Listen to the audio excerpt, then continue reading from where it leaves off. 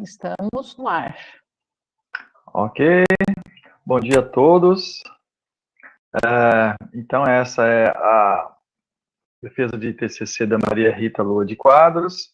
Gostaria, então, de agradecer a participação dos membros da banca, professor Antônio Geraldo Ferreira, que é professor do Labomar, do Instituto de Ciências do Mar da Universidade Federal do Ceará, o professor Antônio Fernando Fetter Filho, da Universidade Federal de Santa Catarina, meu colega professor Mário Quadros, que é orientador lá do Instituto Federal de Santa Catarina.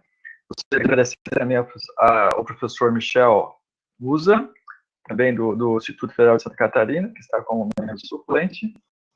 E, então, de acordo com as regras do curso, a Maria Rita terá aí de 15 a 20 minutos para a apresentação, e depois a banca terá aí 20 minutos cada um para as agressões.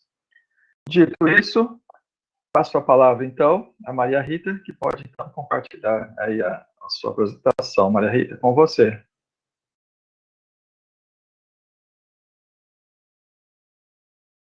Bom, eu já estou com o modo apresentação, assim que eu puder começar. Pode começar. Bom dia a todos, me chamo Maria Rita Lua de Quadros, vou apresentar o trabalho de conclusão de curso no curso de Oceanografia da UFSC. O trabalho foi orientado pelo professor Renato Ramos da Silva, do Laboratório de Clima e Meteorologia da UFSC, e também pelo professor Mário Francisco Leal de Quadro, pelo Laboratório de Eventos Meteorológicos de Alto Impacto do IFSC. O trabalho é intitulado Estudo Meteoceanográfico de um episódio de Zona de Convergência do Atlântico Sul, ZACAS. A estrutura da apresentação, nós teremos uma breve introdução, uma justificativa com os objetivos geral e específico, os materiais e métodos, com a descrição local do estudo, com a descrição das variáveis, análise de dados, os resultados e discussões, com os padrões que ocorreram e as conclusões. Começando com uma breve introdução, explicando um pouquinho o que é as ZACAS. As ZACAS é um fenômeno de interação atmosférica bem abrangente, e que, para ocorrer, foi definido 4 parâmetros fundamentais por quadro, em 94, começando que ele precisa ter, em altos níveis atmosféricos, em 200 HPA, uma vorticidade relativa positiva, em consonância com a alta da Bolívia. A alta da Bolívia, ela está representada aqui. Também precisa existir um intenso gradiente térmico entre as massas de ar tropical e polar. A gente tem aqui, né, o fenômeno, ele interage desde a região tropical até a região subtropical, então esse choque de massas tropical e polar ocorre. Precisa acender fluxo de calor por convergência em médios níveis atmosféricos, ou seja, em 500 HPA, associado a uma crista na temperatura potencial, exibir a leste da banda de nebulosidade, mais ou menos aqui, também em médios níveis atmosféricos, em 500 HPA, um cavado, que é um sistema aberto de baixa pressão, no sentido noroeste e sudeste, no mesmo sentido da propagação da banda de nebulosidade convectiva, e em baixos níveis atmosféricos precisa ter convergência de umidade por toda a abrangência de ocorrência do fenômeno, e ele precisa durar pelo menos 4 dias. Então, esses são parâmetros fundamentais para que esteja ocorrendo a zona de convergência do Atlântico Sul. Então, esses parâmetros são assumidos na pesquisa. O que seria, então, uma zona de convergência do Atlântico Sul oceânica? Nada mais seria do que a propagação do fenômeno até a região oceânica. Como ele é muito abrangente, ele pode ser considerado uma zona de convergência continental, quando está sobre o continente, costeira, quando ela chega até aqui a região costeira, ou oceânica, quando a atividade convectiva está acontecendo aqui nessa região do Atlântico Sudoeste. E o estudo de caso, ele foi baseado no ano de 2013, porque foi um ano verificado em outras pesquisas como uma alta abrangência de ocorrência e de intensidade desse fenômeno.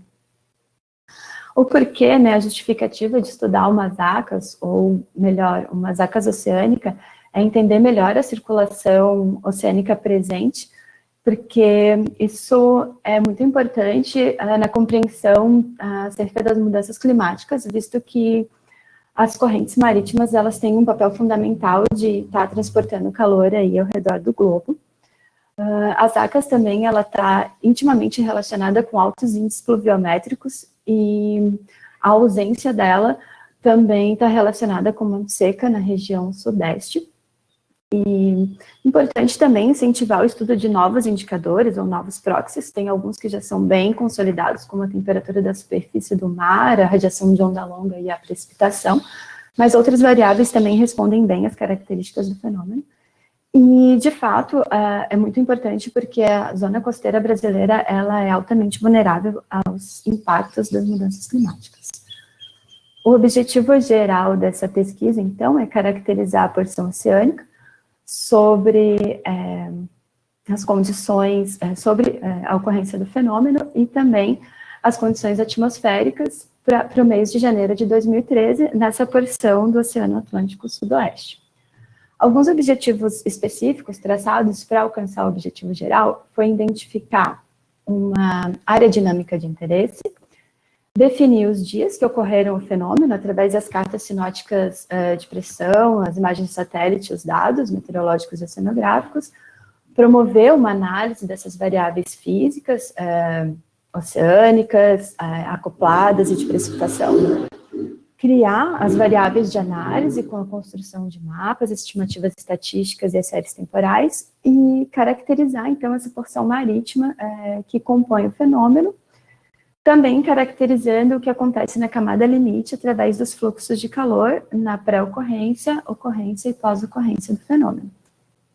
Os materiais e métodos utilizados foram uma descrição do local do estudo, a aquisição das variáveis, né, do modelo acoplado, do modelo oceânico, e as variáveis de precipitação, assim como as cartas sinóticas, as imagens de satélite, a definição da área dinâmica de interesse, a análise desses dados que foram feitas por intermédio do OpenGRADS. E agora um pouquinho do método, né? O objetivo desse trabalho foi, então, investigar o que acontece na camada limite entre oceano e atmosfera sobre a ocorrência desse fenômeno nessa porçãozinha do Atlântico Sudoeste.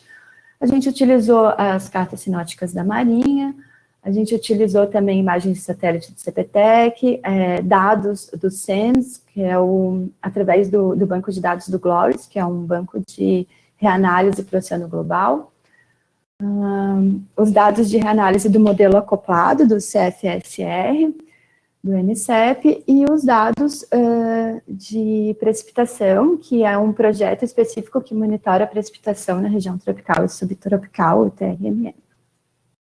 Aqui só uma face de como os canais onde foram adquiridos esses dados, né, a Marinha, o RDA, o TRMM e o SENS.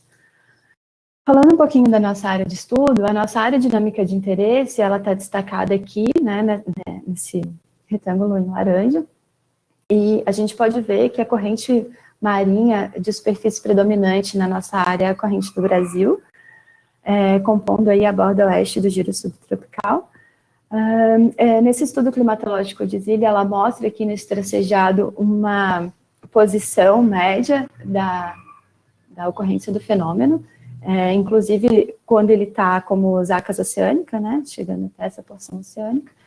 E esse quadradinho aqui mostra uma dinâmica das correntes superficiais, né, da corrente do Brasil, que é essa nossa corrente aqui principal do estudo. A nossa área dinâmica, ela vai, então, né, de 10 sul a 35 sul, e de latitude, e 55 a 25 de longitude. As variáveis utilizadas do modelo oceânico de reanálise global foram a temperatura da superfície do mar, com uma boa resolução, de 0,05 de latitude e longitude. Todas as variáveis são para a ADI, né, para a área dinâmica de interesse, para o mês de janeiro. As demais variáveis do GLORIS têm uma resolução de 0,25, e foram salinidade, velocidade em U, em V, que foram compostas, então, a partir dessas velocidades, as correntes superficiais, a espessura da camada limite e a altura da superfície do mar.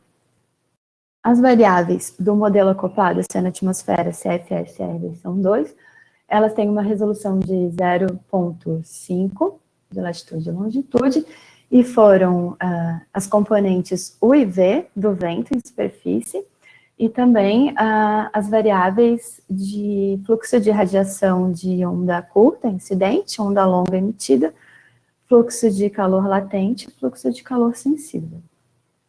A variável de precipitação, ela foi uma taxa de precipitação diária em milímetros por dia, com uma resolução de 0,5 graus. Partindo para os resultados e discussão, uma análise sinótica, né, está sendo representada aí por essa animação das cartas sinóticas da Marinha e das imagens de satélite, nos mostra que a partir do dia 8 a gente tem configurada as ACAS na parte continental, dia 10 na região costeira e dia 14 o nosso foco de estudo, que ela já está posicionada na porção oceânica.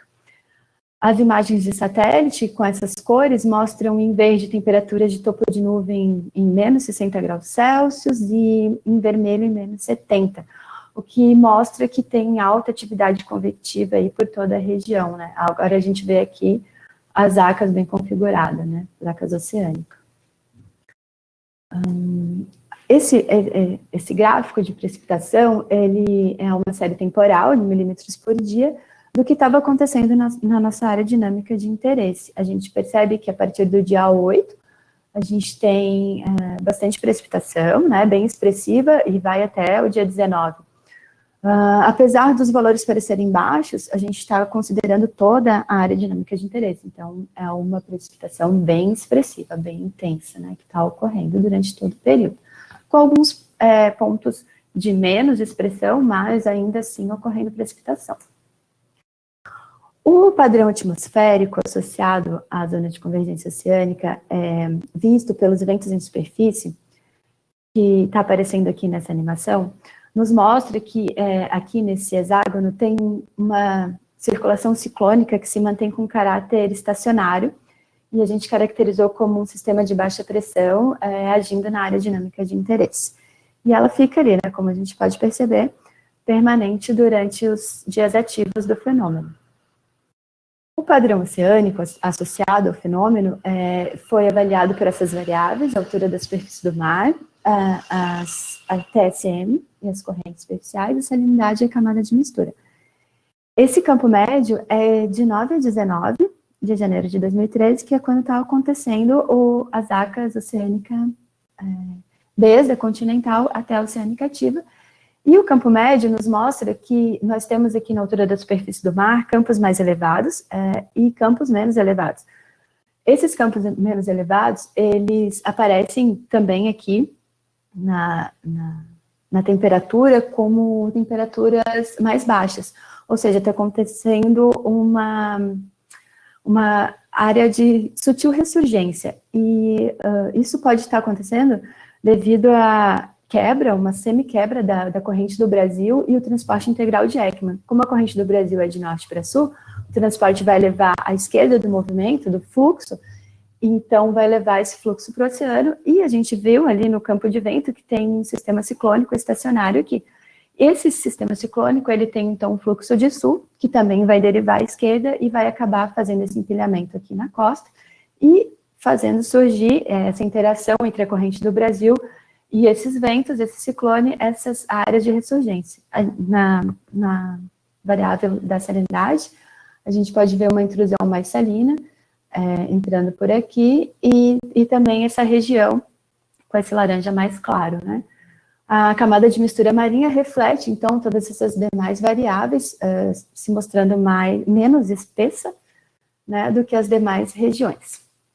Aqui seria até as correntes superficiais no dia 10, quando a gente tem as ACAS costeira configurada, dia 14, quando a gente tem as ACAS oceânica, e dia 18, quando o fenômeno passa a dissipar. A gente percebe que a corrente do Brasil, ela já, né, quando já tem a costeira, ela já tem essa característica de quebra, e quando o fenômeno oceânico está bem ativo, a gente vê também essa característica de quebra bem intensa, e essas sutis ressurgências, né, essas águas mais frias. Quando o fenômeno passa a dissipar, as ressurgências passam a diminuir. A camada de mistura, como eu falei, vem refletir, né, as demais variáveis. A gente tem aqui como ela se comportou no dia 10, no dia 14 ainda temos aqui uma expressão, né, dela mais fina, menos espessa, e depois esse padrão ele é quebrado aí quando o fenômeno passa a se dissipar.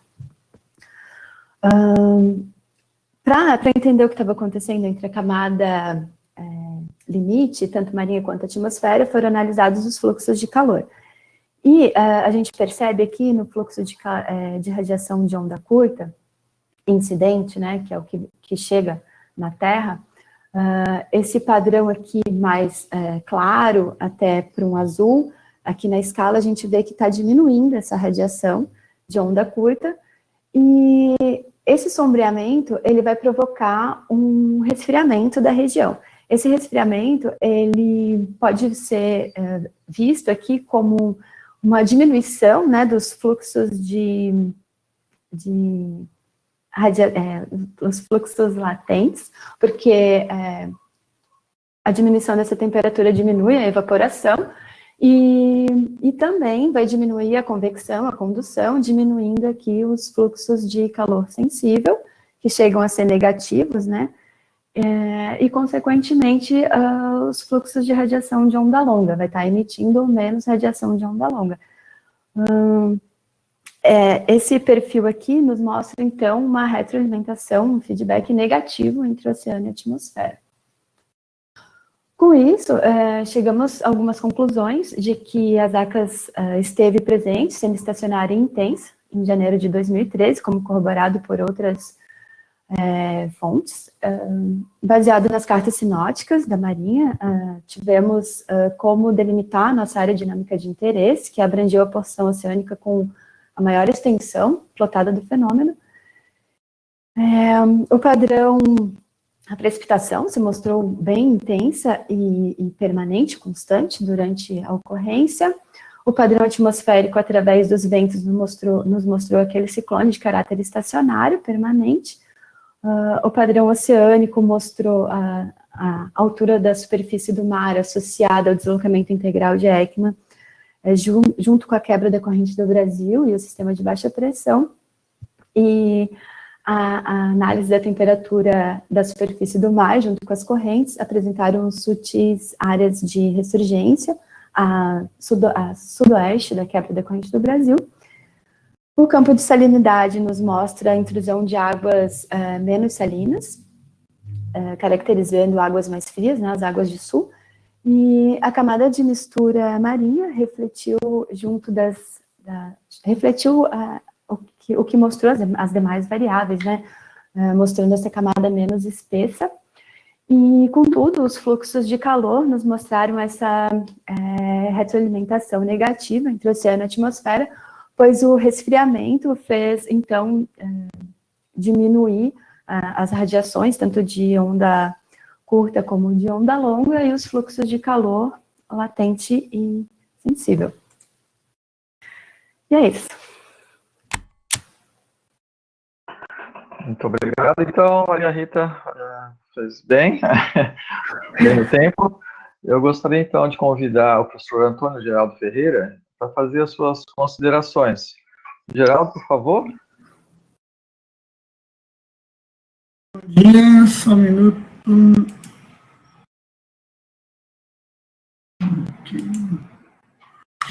É melhor deixar a câmera desligada? Não sei. Pode deixar ligado. Bom, obrigado, Renato, pelo convite para participar aí na análise desse trabalho aí da Maria Rita. Gostei muito da apresentação, bem objetiva, né? Você teve 20 minutinhos aí para apresentar, então tem que ser bem corrido, mas gostei bastante da apresentação, bem ilustrado, deu para a gente solidificar mais aí o que foi passado no texto.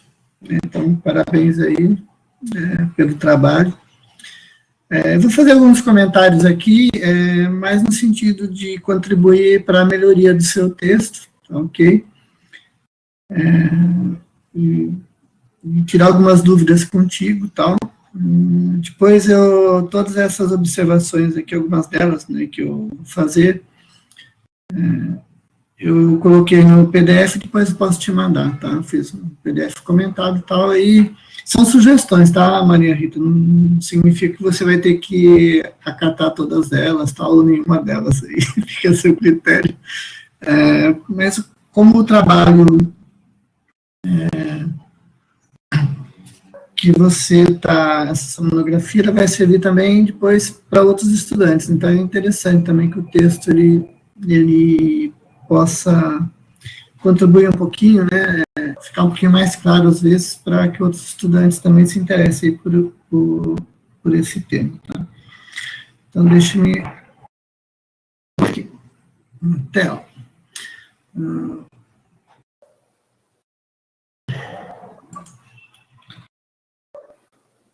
Deixa eu localizar aqui onde que estão as...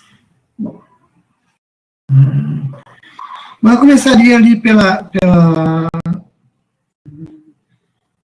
página 16, tá? Vou comentando aqui, mas o que eu estou comentando aqui depois eu posso te passar aí para, como já te disse, por e-mail. Na realidade, o Topex Poseidon, né, eu não colocaria como uma sonda espacial europeia, tá? Porque, na realidade, o Topex Poseidon é uma parceria entre a NASA e o CNES, lá da França. Na realidade, é um instrumento, né, que está a bordo desse satélite. E, então, eu sugeria a você que, em vez de dados da sonda espacial europeia, você colocasse dados do satélite Topex Poseidon. Ok? Fica mais claro aí, porque o conceito de sonda espacial, quando a gente vai para a área espacial, né, eu trabalhei com a parte de satélite, um pouco mais profundo, então eu acho que o Topex é um satélite, então você pode colocar dessa forma aí, né, como sendo realmente um satélite. Aí no final dessa página, depois que você, ao terminar o parágrafo, né, segundo o DENA 2015 e tal, aí você descreve o parágrafo e coloca inundações e as dramáticas consequências sobre a população atingida. Aí você já começa, né, o presente estudo tem como objetivo analisar as condições físicas. Eu colocaria talvez um portanto, alguma coisa assim, porque deu uma quebra muito brusca aí no texto, tá certo? Então, para ele ficar mais fluido, coloca aí, portanto, alguma coisa assim.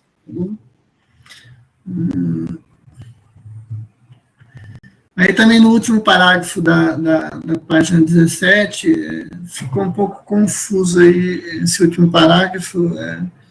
Eu entendi o que você quis dizer, mas seria interessante você deixar o texto, dar uma revisada nesse parágrafo aí também. Então,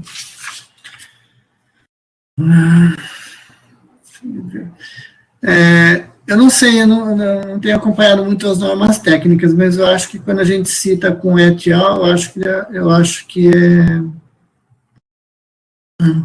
tem que ser itálico, tá? Então, checa isso também.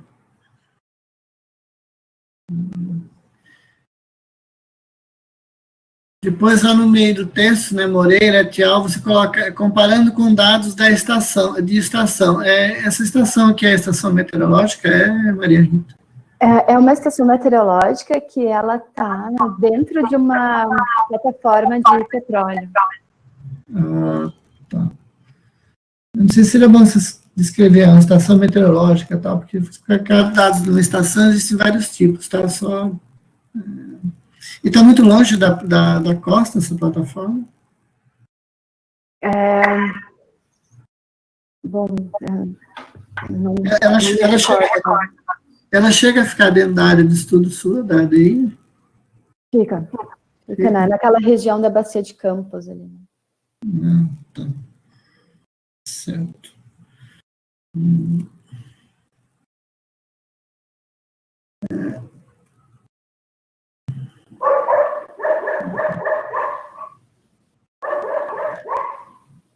Aqui também, página Na página 21, quando você começa a falar das ACAs, você até na tua apresentação colocou uma figura ilustrativa. Eu talvez, se você conseguisse uma imagem de satélite mostrando as ACAs, talvez fosse interessante você incluir no texto para quem está tomando contato pela primeira vez com esse sistema atmosférico, né, tivesse uma ideia mais ou menos, né, da nebulosidade associada às ACAs. Talvez você consiga alguma imagem representativa, ou mesmo aquela que você utilizou aí nas suas áreas de estudo, tá bom? Acho que seria interessante. Fica como sugestão aí, tá bom? Vamos ver aqui.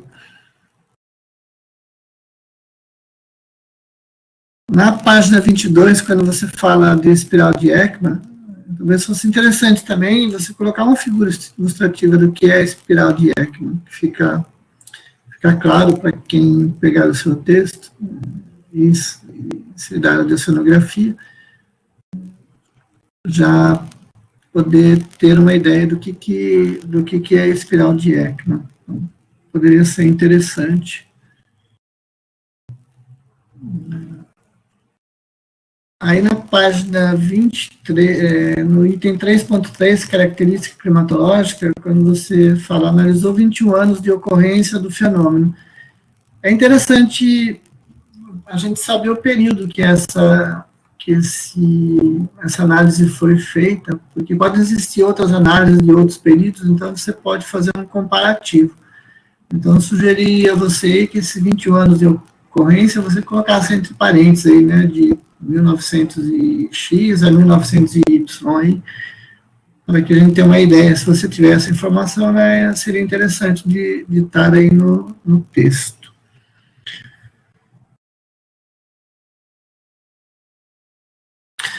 Na figura 3, você descreveu aí o que significa cada número. Então, acho que seria interessante você descrever todos. Então, eu acho que aí está faltando descrever o número 1, o número 8. Não, o número 1 está aqui, desculpa. O número 6 e o número 8, se não me engano. Dê uma revisada nessa figura aí, o número que estiver faltando, faça a descrição que é interessante para o leitor.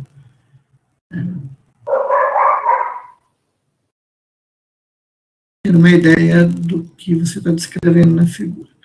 Na figura 4, essas imagens aí, elas são de algum período. Então, também, na figura 4, coloque aí as datas em que essas figuras aí, as quais essas figuras aí correspondem. Deixa eu ver.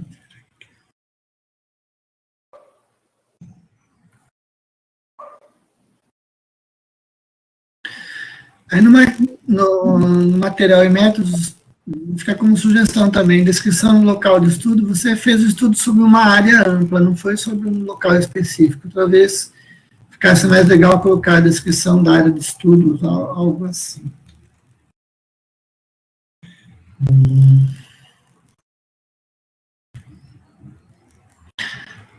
Aí quando você, eu não sei, na página 29, quando você coloca a salinidade, eu acho que já não se usa mais PSU para salinidade. Salinidade, recentemente, eles tiraram, né? Fica sem unidade, né? Sem unidade, né? E outra coisa, sempre que você colocar unidade, separe a unidade do número.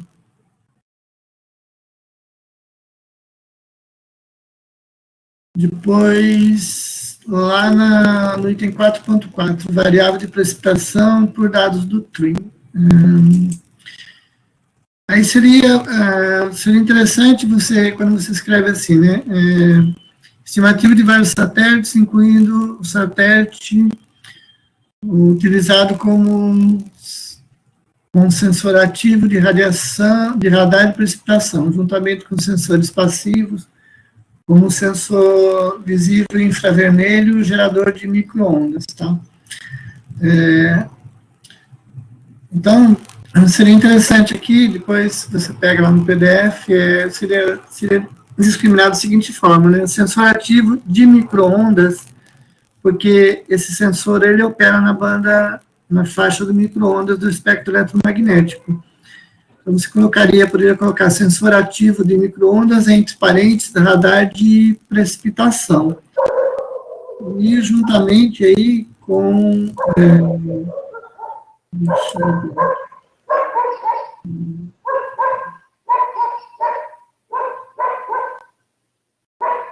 Juntamente com sensores passivos, que operam, aí, nesse caso, nas bandas espectrais do visível e infravermelho.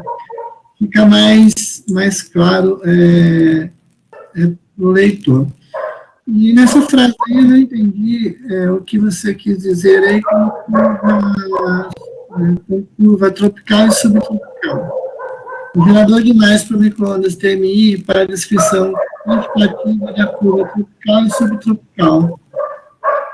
O que você quer dizer com essa curva tropical e subtropical? É que esse projeto, né, com esse satélite do TRMM, eu quis dizer que ele é específico para avaliar a chuva tropical e subtropical. É um projeto específico para isso, né? Enquanto ele ficou em órbita, ele ficou monitorando essa precipitação, né, com esse foco, tropical e subtropical. O que eu não entendi, na verdade, foi a palavra curva, né?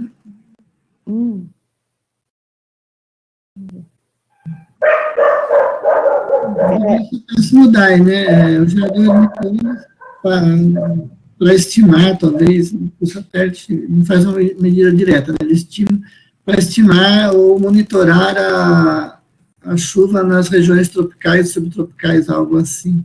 Justo. Né? Então, na verdade, minha dúvida realmente foi nessa palavra aí, curva. Mas corrige isso, que eu acho que deixa mais claro o que você quis dizer aí. Vamos lá para a página 34.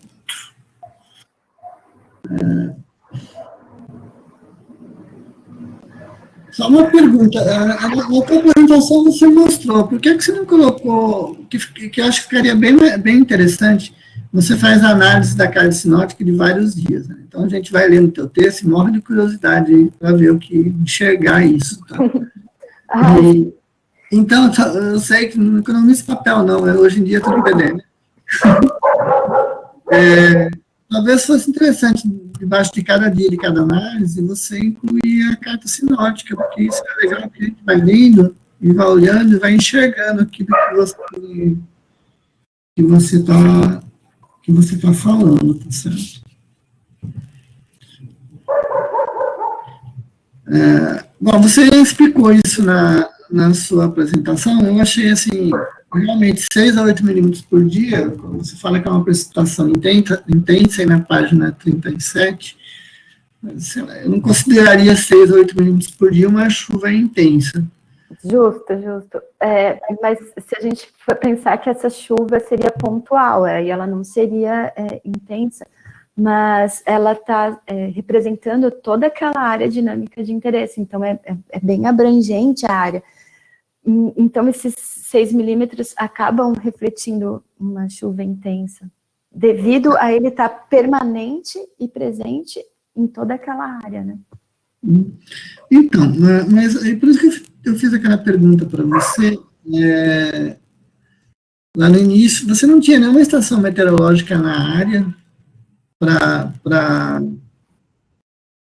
corroborar os dados, né? Porque a estação meteorológica é representativa de uma área. Você tinha tanta informação na área oceânica, né, da plataforma do petróleo, quanto de alguma estação meteorológica na área. E provavelmente a estação meteorológica da área, né, se ela tiver uma série histórica, até para você definir melhor aí o quantificar melhor, né, dizer se a precipitação realmente foi intensa ou não. Seria legal, né, se você tivesse feito, por exemplo, a estação meteorológica tem dado de vários anos, aí você calcular a climatologia da estação e calcular a anomalia, porque você tendo a climatologia, depois calculando a anomalia, você vai ter uma ideia até da intensidade dessa ZACA em relação a outros períodos. Então, é importante quando a gente faz estudos envolvendo precipitação de alguma área, para saber realmente o impacto daquele fenômeno, como foi as ZACAs aí, esse que você estudou. Nos próximos estudos aí que você fizer, atente para esse fato, de tentar pegar uma série histórica longa e nos dias que você está analisando, ver se aquele dia realmente foi atípico em relação à climatologia da área. Então, para trabalhos futuros, seria interessante que você atentasse para esse detalhe, principalmente que você tenha a informação. Porque muitas vezes o satélite ou ele vai superestimar ou subestimar o valor da precipitação em área, né? E a estação meteorológica ela é pontual, mas ela é representativa de uma certa área, né? Então, de certa forma, ela vai te dar uma ideia se o satélite está subestimando ou superestimando aquela área ali. Talvez fosse... você deixou claro o que é um volume médio para a área, tá ok. Só para discutir um pouquinho com você essa questão aí do uso do dado in situ aí, né, para você dar uma corroborada no teu dado de satélite. Você não precisa colocar isso, óbvio, no teu trabalho, está bem escrito, está bem delineado, mas é só para você tentar isso para trabalhos futuros. No mais aí, eu acho que ficou claro, né, na parte de resultados e discussões, você discutiu bem aí na sua apresentação, ficou bem claro aí o que está no texto. Então, você conseguiu, eu acho que, atingir bem aí os objetivos que você se propôs. Parabéns pelo trabalho.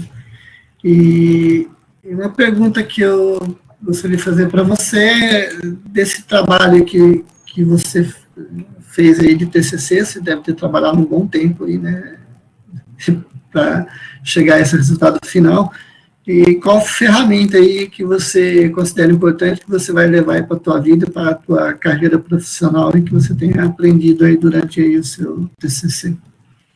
Acho que a ferramenta mais importante e que me possibilitou a análise de muitos desses dados foi a programação, né? Apesar de ter sido uma programação bem simples, porque não pude me aprofundar muito, mas essa linguagem de programação e alguns softwares, como o OpenGrad, né, que eu utilizei, ele nos permite, então, abrir essa variável, fazer essas médias, visualizar e entre outras estatísticas, inúmeras estatísticas que ele nos permite fazer. Então, essa linguagem, assim, de modelagem, essa linguagem de programação, acho que é muito importante para quem quer seguir essa área e, principalmente, monitorar a área ambiental, porque é muito difícil o dado in situ, né, muito oneroso também, as pesquisas que vão coletar dado in situ. Então, para utilizar esses dados que tem na rede, os dados de satélite, esses dados que eles são binários, a gente vai precisar de uma linguagem de script, uma linguagem de programação, assim. Acho que esse foi o principal ponto, assim, a principal ferramenta. Com certeza, sim, isso é importante, porque o profissional hoje que realmente sabe programar, e na parte de modelagem numérica, é um profissional valorizado no mercado. Então, você ter tomado contato com a parte de programação e modelagem numérica realmente vai agregar bastante ao teu currículo. E você pretende fazer mestrado nessa área, alguma coisa assim, ou em outra área? Ou... Eu sou apaixonada pela área ambiental, pelo oceano, pela atmosfera, então, com certeza, os estudos vão continuar, assim, nessa área, com certeza. Ok, bom, minhas considerações aí foram basicamente essas que eu lhe passei. As demais aí eu envio o PDF depois para vocês, são observações pontuais. E mais uma vez aí parabéns aos orientadores aí pelo trabalho e a você pela apresentação e pela execução e pelo texto do TCC. Obrigado, Renato. Passo a palavra aí para você.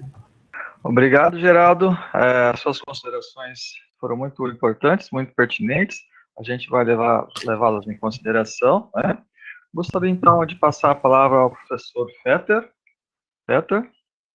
Obrigado, Renato. Renato, no computador que eu não tenho câmera, tá? Então vou ficar sem imagem. Pode ser? Ok.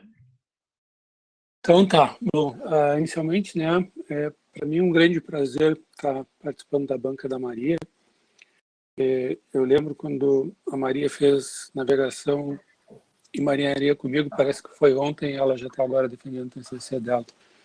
É brincadeira como passa rápido o tempo, né? Então, Maria, eu gostei bastante do teu trabalho. Confesso que fiquei surpreso, porque eu tinha na minha cabeça que tu tinha me dito que ia fazer um trabalho de modelagem acoplada com COAST, né? Aí, quando eu vi esse trabalho, eu disse, cadê o COAST? Cadê o COAST? O que aconteceu? Me diz aí.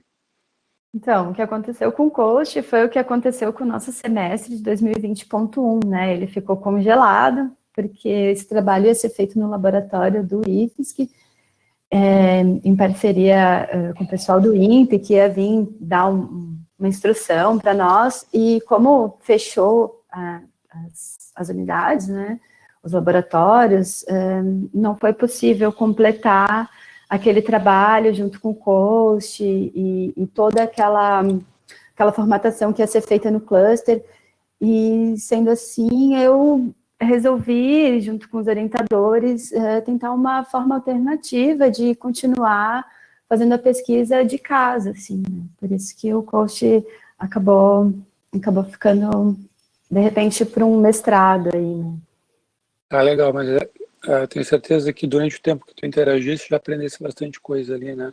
Eu fiquei bastante feliz com o comentário do professor Antônio, meu xará, porque eu sei que tem bastante alunos assistindo a tua defesa, né? Realçando a importância do profissional se qualificar aprendendo programação e, eventualmente, modelagem numérica, né? E eu sei que tu investisse algum tempo nisso, porque eu me lembro que tu me falou várias vezes.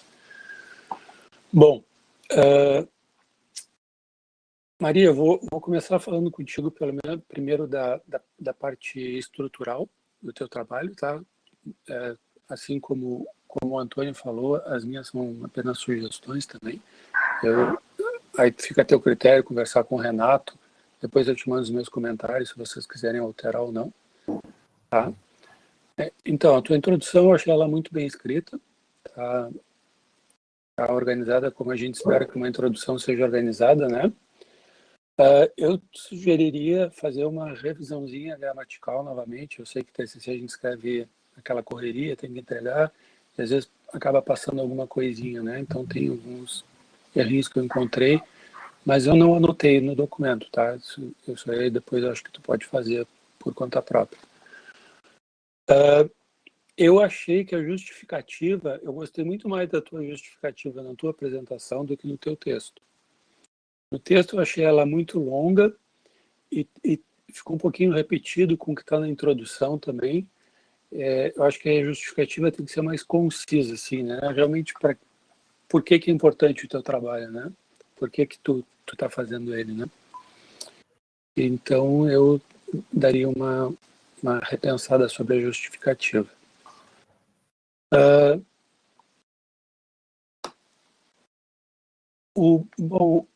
Alguns comentários já foram feitos sobre as figuras, né? Eu vou só te fazer uma aqui, que é a figura 2, ela não, pelo menos para mim, não ficou bem clara, né? Não diz que dado é aquilo, diz que é convergência de umidade, acho que é do trabalho da Eliane, Rosa, né? isso. Uhum. Talvez tu descrever melhor de onde vem aquele dado ali, né? O que é aquilo? É simulação numérica? De onde vem aquilo ali, né? Não está especificado em nenhum lugar, eu pelo menos não vi. Sim. A não ser que eu tenha passado por cima. Não, realmente não está.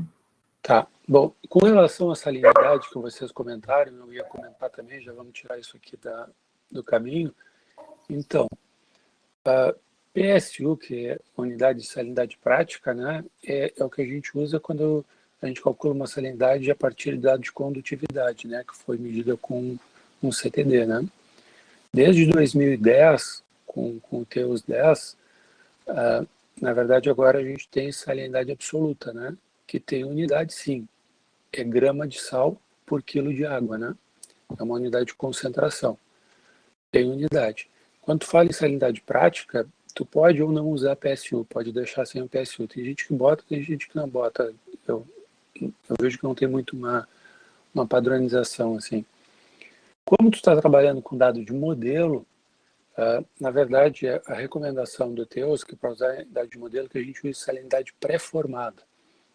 Seria a salinidade absoluta menos aquela parte da salinidade que não é conservativa, que pode ser alterada por processos biogeoquímicos, né? Mas essa simulação que tu está usando, acho que é uma simulação antiga, eu não acredito que eles tenham inicializado o modelo com salinidade pré-formada, mas, de qualquer forma, é bom a gente fazer essa distinção, né? Saber o que a gente está trabalhando. Já falando do modelo que tu está usando,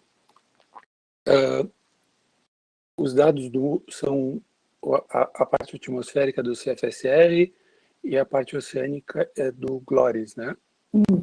Tá, tu sabe me dizer se essa simulação é acoplada no sentido de que os fluxos de massa e de energia entre oceano e atmosfera são calculados a partir de princípios dinâmicos ou simplesmente é especificado, por exemplo, o fluxo de calor que é trocado entre oceano e atmosfera? Eles não são calculados com formulações bulk, por exemplo, a partir da diferença de temperatura entre a camada limite atmosférica e a temperatura superficial do oceano. Então, o modelo CFS, né, R dessa versão, essa segunda versão, sim, ele é acoplado entre oceano e atmosfera. Mas está acoplado nesse GLORIS que tu está usando? O GLORIS, ele tem as variáveis oceânicas, eu não acoplei, não fiz esse acoplamento de variáveis entre modelos distintos. As variáveis oceânicas são do GLORIS e as variáveis da interação da camada limite, daí são do CFSR, que já é um modelo acoplado. Tá, tu entende por que eu estou te fazendo essa pergunta? Porque tu está estudando um fenômeno que é um fenômeno resultado de uma interação acoplada entre oceano e atmosfera, né? Sim. Se o teu modelo não está acoplado, será que ele está representando, se os teus modelos não estão acoplados, será que eles estão representando bem esse fenômeno? A representação dessa interação de acoplamento a gente consegue ver através dos fluxos de calor. Aí, as outras variáveis são para caracterizar a área, assim. O que estava acontecendo, as características oceânicas, a altura da superfície do mar, a salinidade, as correntes, a temperatura pelo GLORIS, e daí, no caso, esse acoplamento, essa interação mesmo entre as camadas limites, a gente consegue ver lá pelos fluxos de calor. E aí, pelo modelo que sim, que já utiliza esse acoplamento embutido dentro do modelo, né? Não sei se tu está bem certa do que tu está entendendo bem o que eu estou querendo dizer, Maria. Eu acho, tá, que as simulações que tu pegou lá do Copérnicos, lá com o GLORIS, existe um acoplamento dinâmico entre o CFSR e o GLORIS. Então não teria problema. Mas é importante que tu te certifique disso, tá? Porque do ponto de vista metodológico do teu trabalho, teria um problema sério se os dois modelos não fossem acoplados. Eu acho que são, tá? Mas se eles não fossem, ficaria numa situação mais difícil de justificar essa análise que tu está fazendo. Entendeu? Então te certifica disso, por favor, mas eu tenho quase certeza que são, tá? Então, o que eu achei ali quando tu fez a tua explicação, né, da área de estudo e tudo, é que para quem não é da área, quem está lendo o teu trabalho, se teus colegas forem ler o teu TCC, quando eles assistem algum telejornal desse aí da previsão do tempo, eles em seguida já devem ter ouvido falar na zona de convergência tropical do Atlântico Sul, né? Toda hora aparece, né? Mas ninguém, pelo menos quem não é da área, não sabe exatamente qual é o modelinho conceitual, né? Como é que se dá esse acoplamento? Como é que se forma essa zona de convergência, né? E em momento nenhum tu explicou esse modelinho conceitual ali. Eu acho que seria interessante que antes de tu entrar nos detalhezinhos, né, que mais específicos, como tu colocou ali, né, o que precisa para formar as ACAs, né? Antes de tu entrar nesses detalhes, tu deveria apresentar um modelinho conceitual do que ela é, para as pessoas entenderem fisicamente quais são os processos que estão acontecendo ali, né? Eu acho que seria interessante tu colocar 1 ou 2 parágrafos explicando melhor o mecanismo da zona de convergência nessa parte do teu trabalho. Seria minha sugestão. Então, tu tem ideia de qual a espessura da camada de Ekman atmosférica?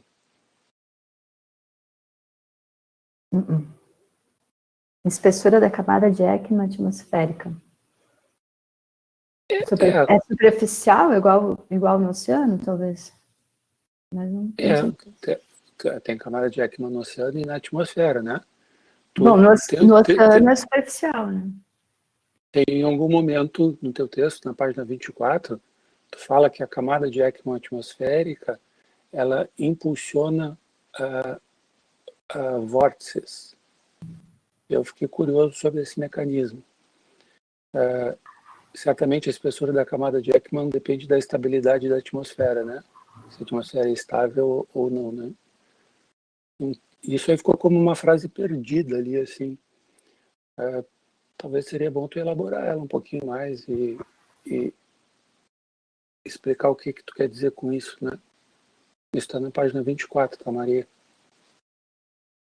Aí na página 27, tu fala que um giro ciclônico sobre o oceano, uma baixa pressão, né, atmosférica, provoca downwelling no oceano.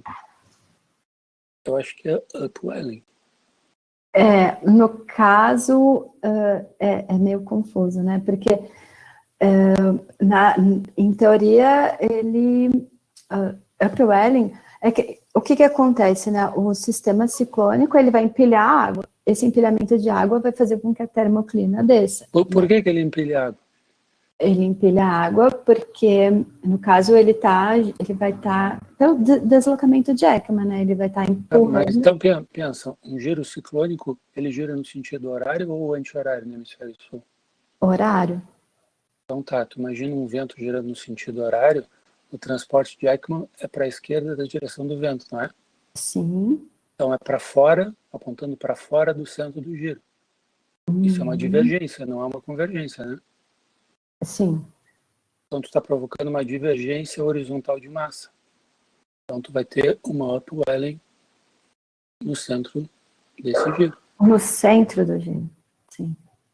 E tu colocou downwelling ali, dá uma olhadinha, tá? Sim, é um erro. Eu vou corrigir.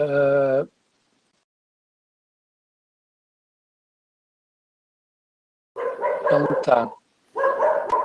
Outra coisa que eu ia te comentar é o seguinte, ó, tu apresentas ali 2 modelos e esses dados que tu usa de satélite também, né? E em momento algum, tu faz, eu compreendo que um trabalho de TCC, eu acho que está perfeito o tamanho do teu trabalho, tá, Maria? Essa semana eu estava até discutindo com um colega sobre isso, que os trabalhos de TCC não tem que ser muito longos. Eu acho que o tamanho do teu tá do tamanho que tem que ser. Então eu compreendo que não caberia tu te alongar em muitos detalhes ali dentro. Mas tu não fez nenhuma validação dos dados do modelo que tu usa e nem dos dados de satélite, desses de precipitação. Mas, de repente, caberia tu pelo menos colocar um parágrafo citando trabalhos em que esses modelos e esses dados já foram utilizados e que foram validados, né? Porque, afinal de contas, uma é uma medição indireta de precipitação e o outro são modelos numéricos. E aí, esses dados são bons, não são? Né? Tá certo, tá errado? Sim, justo. Então seria interessante tu, pelo menos, citar algum trabalho que eles já foram validados. Sim. Mas são modelos que são utilizados para monitoramento ambiental de órgãos oficiais também, né? Tá, mas isso não quer dizer nada. Do ponto de vista científico, né? Eu te digo porque eu tenho vários alunos que já fizeram validação e análise desses modelos de reanálise e todos eles têm suas limitações. Eles não são perfeitos, tá? Sim. Então, seria bom, tu, pelo menos para deixar o teu trabalho mais completo, citar algumas referências em que essas validações ou análise de desempenho, né, foram feitas, certo? Então, tá. Bom, para concluir, assim, vou te pedir agora para mudar de lado, para vir para o outro lado aqui. Se tu estivesse na banca avaliando o teu TCC, se esse TCC não fosse teu, fosse de outra pessoa, qual seria a grande crítica que tu faria? Ou o que tu sugeriria de mudança? Uau, que pergunta complexa. Bom, deixa eu tentar me colocar do outro lado.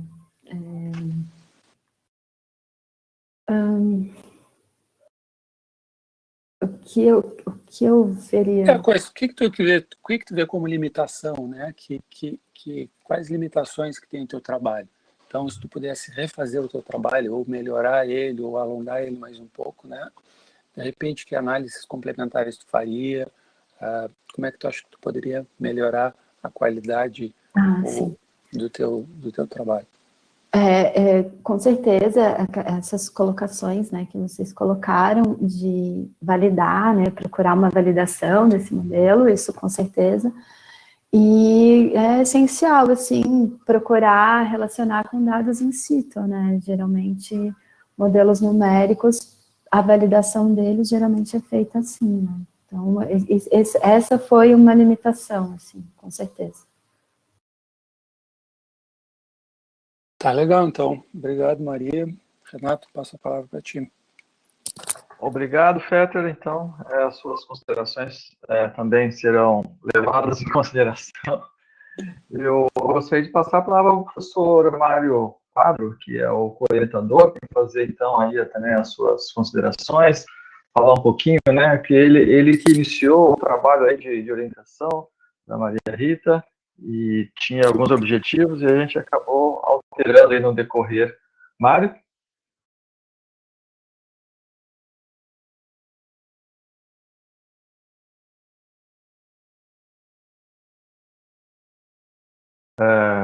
Mário? Ele está com o microfone desligado. Mário, liga o seu microfone aí embaixo, por favor. Tem um íconezinho de microfone aí embaixo, se você puder. Bom, então, enquanto o professor Mário ele não aparece aqui, eu gostaria de fazer, então, algumas considerações, né? O trabalho inicial, então, da Maria Rita seria um trabalho de modelagem, né? Então, o modelo acoplado que envolve, então, aí o modelo COAST, né, que tem o WRF acoplado ao ROMS, é um modelo que, assim, a gente sabe que o trabalho de modelagem, ele leva um certo tempinho aí para ser desenvolvido, para ser analisado. Muitas vezes a gente tem que refazer as simulações por causa de algum erro de configuração. Então, é um trabalho difícil, né? O pessoal do INPE, então, ficou de instalar os modelos lá no IPSC, né? E aí, com o problema da pandemia, a gente teve que adaptar, né? E ficou como sugestão, então, né, trabalhar com a parte de análise de resultados, né, de modelos, e focar no mesmo evento, né? E então nós vamos basicamente, né, trabalhar com essa parte de análise, né? Muito bem. Bom, o Mário, você gostaria de fazer algum comentário? Eu gostaria de saber se o professor Mário foi o co-orientador da Maria. Eu acho que ele não está me ouvindo. Talvez eu ou esteja com... Muito bem. Nós vamos, então, fazer aqui uma pausa, né? Os membros da banca vão se reunir numa sala especial, né? Então, a Maria Rita vai ficar aqui aguardando, né, até a definição do parecer aqui. Então, gostaria também de agradecer a professora Alessandra, que está aqui nos ajudando, né? Ela vai aqui abrir uma sala opcional aqui, que a gente vai, então, entrar na sala. Obrigado, Alessandra. A gente podemos ir, então, para a sala alternativa.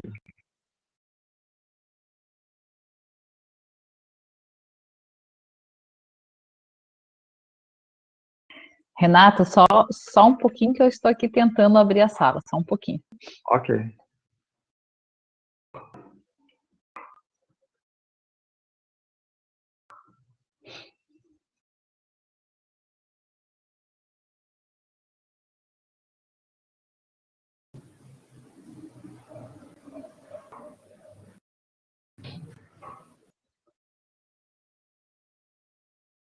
Já criei a sala.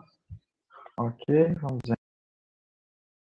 Se as amigas quiserem abrir suas câmeras para Ai, por não ficar favor, sozinha.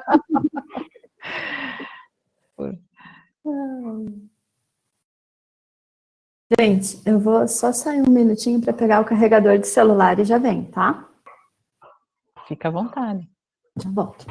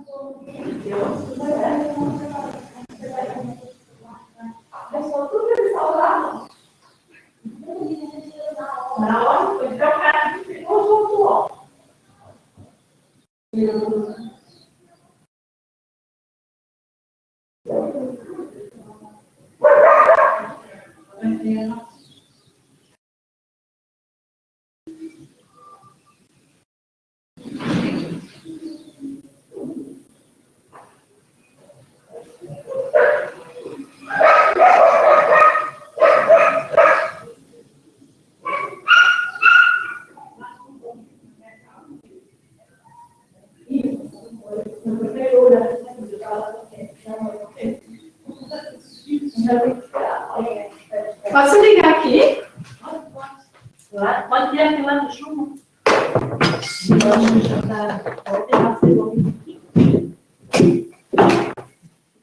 Vai atrasar o almoço, né? Atrasei teu almoço, né?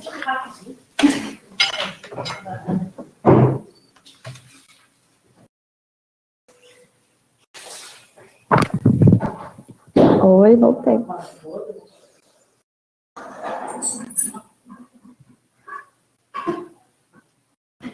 E aí, como é que foi, Maria? Conta para nós.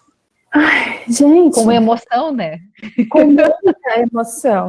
Exatamente. Socorro. Na hora que eu fui apresentar, caiu a internet na minha casa. E assim, conspiração cósmica, só pode? Que loucura! Aí, eu vim na casa da vizinha, tô aqui atrapalhando o almoço dela. Não, que querida, né? Que bom que tem esse acolhimento.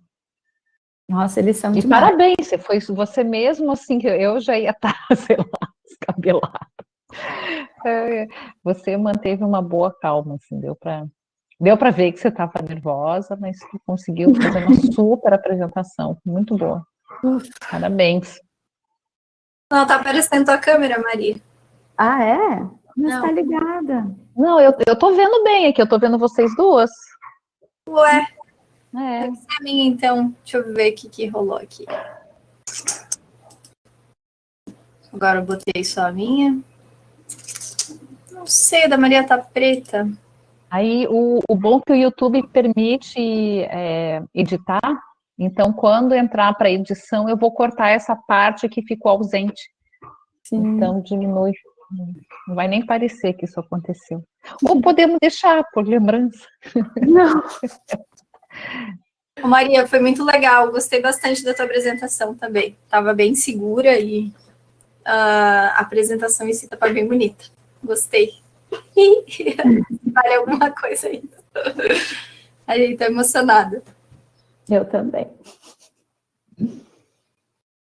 É um momento único, né? E amanhã vocês estão sabendo que nós teremos uma roda de conversa com egressos da UFSC, da oceanografia da UFSC. Amanhã, 13h30. Nesse mesmo canal, né? Então a gente está convidando pessoas que estão na consultoria ambiental. Eu não sei essa coisa de trabalhar com a comunicação digital. É isso, né, que a Lu faz. É muito moderno esse negócio para mim. E vai ter também pessoal que acabou seguindo para a academia. Então, o cartazinho já está rolando aí nas mídias, né? E eu, daqui a pouco, vou abrir o espaço aqui no YouTube também. Faz parte da nossa semana de defesa de TCC. Que legal, que bom que hoje deu tudo certo, né? E ainda tem mais, né? Tem mais TCC aí. A galera Tem pode mais? continuar conectada no YouTube, porque tem Mais 2. mais sereias aí para apresentar. Uhum. Eu também vou inserir no canal as defesas que já aconteceram. E são algumas, né? Do Marco, do Ronaldo, do Diego, da Bárbara. Da Bia. E para ficar registrado. Da Manu também, né? É isso. Que pena, né? O professor Mário não conseguiu. Pois é, será que caiu a conexão dele? Não, ele estava aqui, assim, no microfone desligado. Não sei se teve algum problema no microfone. E agora, Maria Lua, me conta. E agora? Como é que é a expectativa? Futura? Tu já se forma agora, né? Ah, não. Tu tem mais o quê? Mais uns... Mais um. Ah, tá. Gaguejou ali na hora de falar se vai fazer mestrado ou não, né? É verdade, gaguejei. Então, assim, eu vou continuar estudando com certeza, mas é que não vai ser tão imediato assim. Velejar primeiro, né? Pelo menos um ano. Pelo menos um ano. Ah, é? Tem algum projeto assim de vela? Tenho. Vou ficar ao sabor do vento aí esse próximo ano para dar uma incorporada aí na interação oceano-atmosfera in situ. Olha que legal. E aí, quando as coisas voltarem presenciais, eu pretendo voltar a estudar, assim, porque foi muito cansativo fazer toda essa pesquisa de modo remoto, com conferências remotas. Eu estou com saudade já do mundo presencial, da sala de aula, dos laboratórios. Eu acredito que eu volto para a academia quando voltar no presencial. Né? Tu comentou que ainda tem um semestre, né? Sim, vou fazer morfodinâmica de ambientes costeiros. Aí fecha esse semestre aí que tu vai sair para velejar, ou vai ficar velejando aqui já na região. Já vou ficar velejando, porque vai ser remoto o semestre. Né? E tu vai para onde com essa vela? Para onde o vento me levar. Ai, não ficando à deriva, tá bom, né? Não sendo um plâncton, tem que ser nécton. Ai, gente. Mas a ideia é velejar bastante ainda aqui por Floripa, para pegar bastante prática, para depois poder me largar mundo afora. Muito legal. E fazer esses registros para a gente poder te acompanhar. Com certeza. Eu também quero fazer várias coletas, né, ao longo das pernas, das velejadas. A gente pode fazer umas parcerias aí com a UFSC. Aproveitar esse vínculo também.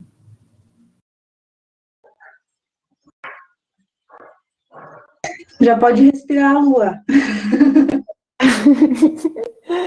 Ai, eu tô mega ansiosa aqui. Como é que eu vou respirar?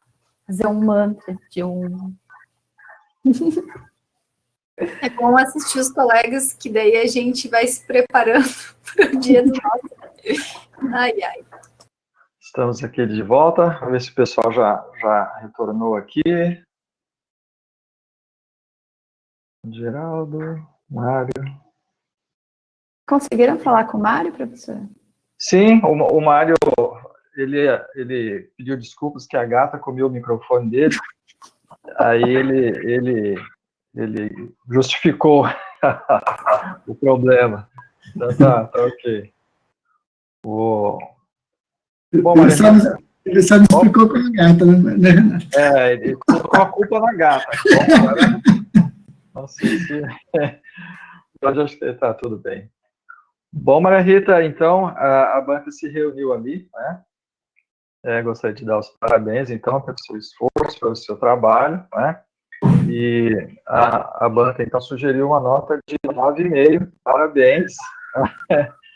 Parabéns, então, nós temos ali alguns itens ali para a gente depois trabalhar juntos, né? Mas aí você pode, então, pegar um fôlego, comemorar, né? Comemorar dentro das possibilidades, né? E aí, futuramente, a gente se encontra também, todos juntos aí, né? Para manter aí o futuro, né? Tem um futuro aí brilhante, né? Tem muitas coisas aí, como você sabe, muitas coisas para a gente descobrir ainda. Ninguém é o dono da verdade, mas fica com motivação aí os próximos passos, né? Estamos aí. Alguém gostaria de fazer mais algum comentário? Professor Mário, professor Mário gostaria de comentar? Co-orientador? O Mário está digitando. Tá. Então... Eu acho que a gata comeu o outro microfone dele agora. Pede para a gata, alimenta essa gata aí, o Mário. O Mário está colocando a culpa na gata, né? Mas... Bom, Maria Rita, então, parabéns novamente, né? Pode comemorar, ok? Obrigada. Parabéns, Rita, a nova oceanógrafa aí do Brasil. Ó. Obrigada. Ô, Maria, vai ter uma festa por teleconferência agora, não? Vai. Cada um com uma cerveja na sua casa. Com certeza, eu tenho que voltar para casa, que eu estou na vizinha. Agradeço a vizinha aí também, né? Parabéns, Maria. Exato, tem que agradecer a vizinha também. Eu falei para os colegas aqui, ó, você nunca vai esquecer esse dia.